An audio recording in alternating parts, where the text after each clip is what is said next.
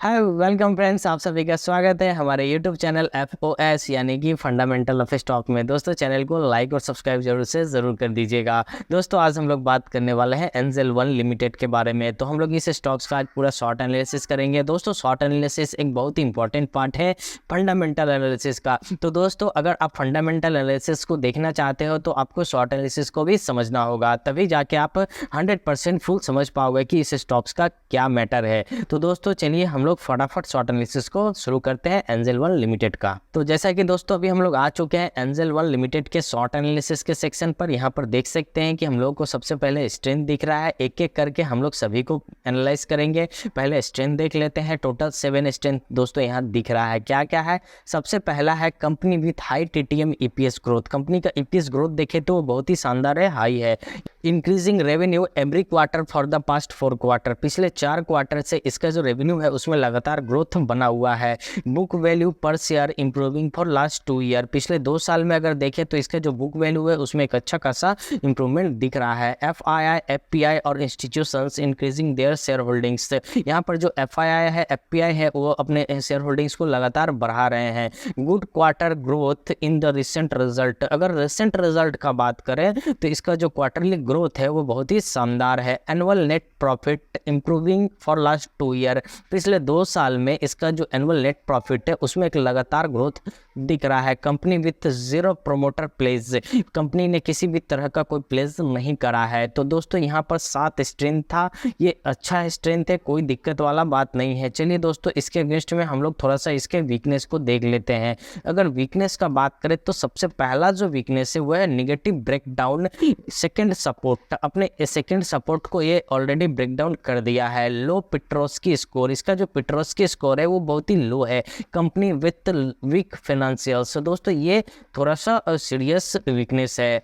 Promoter holding decrease by more than 2% quarter on quarter. लीजिए दोस्तों यहाँ भी यही कहानी आ गया कि प्रोमोटर जो है वो अपने होल्डिंग्स को डिक्रीज कर रहे हैं। तो ये दोस्तों सीरियस थ्रेट होता है कंपनी के लिए, क्योंकि इसके बाद जो होता है कंपनी पर से शेयर होल्डर्स का भरोसा हट जाता है। चलिए दोस्तों ये 3 वीकनेस था। अगर हम लोग स्ट्रेंथ के मुकाबला करें वीकनेसेस का तो यहाँ पर जो वीकनेसेस है वो ज़्यादा मजबूत दिख रहा है। चलिए दोस्तों आगे हम लोग अपॉर्चुनिटीज़ को देख लेते हैं। अगर हम लोग अपॉर्चुनिटीज़ का बात करें तो यहाँ 2 अपॉर्चुनिटीज़ हम लोग को दिख रहा है। पहला है street favourite high analyst rating with at least 20% upside. RSI indicating price strength. तो दोस्तों ये 2 अपॉर्चुनिटीज़ यहाँ पर आपको दिख रहा है। चलिए दोस्तों 3 थ्रेट्स है, उस थ्रेट्स का भी हम लोग बात कर लेते हैं। पहला क्या है? Promoter decreasing their share holdings. दूसरा है increasing in provision in recent result. Increasing trend in non core income. तो दोस्तों ये 3 थ्रेड्स यहाँ दिख रहा है। दोस्तों ओवरऑल अगर हम लोग इसका शॉर्ट एनालिसिस का बात करें तो उतना खास कंपनी के पक्ष में ये शॉर्ट एनालिसिस नहीं दिख रहा है, क्योंकि इसमें थोड़ा वीक पॉइंट है थ्रेड से।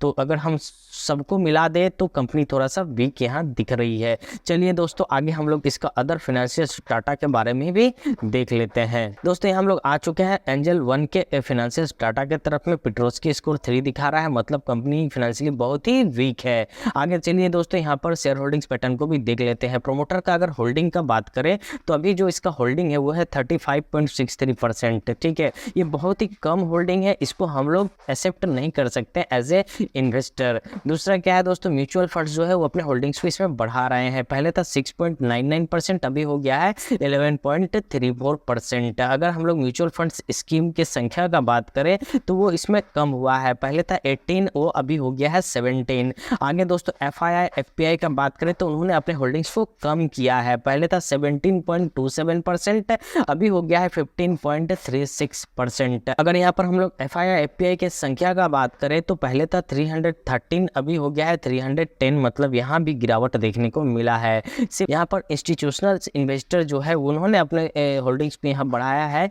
26.76% से 29.39% हो गया है। दोस्तों ओवरऑल अगर हम लोग एक शब्द में बात करें, स्टॉक जो है वो टेक्निकली भले ही अपसाइड की तरफ मोमेंटम कर रहा है, बट फिनेंशियली ये जो स्टॉक है बहुत ही वीक है। ठीक है, क्योंकि इसका फाइनेंशियल डाटा ठीक नहीं लग रहा है। स्टॉक जो है उस अकॉर्डिंग टू शॉर्ट एनालिसिस भी थोड़ा सा वीक है। दोस्तों अगर आप नया से इन्वेस्टमेंट करना चाह रहे हैं तो अवॉइड दिस शेयर। ठीक है, क्योंकि इसके अलावा बहुत अच्छे शेयर्स हैं जो ऑलरेडी स्टॉक मार्केट में लिस्टेड है। आप आप खोजिए, सर्च करिए और उसमें डालिए पैसा, ताकि आपका पैसा वहाँ से एक अच्छा खासा रिटर्न देके चला जाए। तो चलिए दोस्तों, वीडियो कैसा लगा? वीडियो अच्छा लगे तो वीडियो को लाइक और सब्सक्राइब जरूर कर दीजिएगा। मिलते हैं दूसरे स्टॉक में नए इसके साथ। नमस्ते, जय हिंद, जय भारत।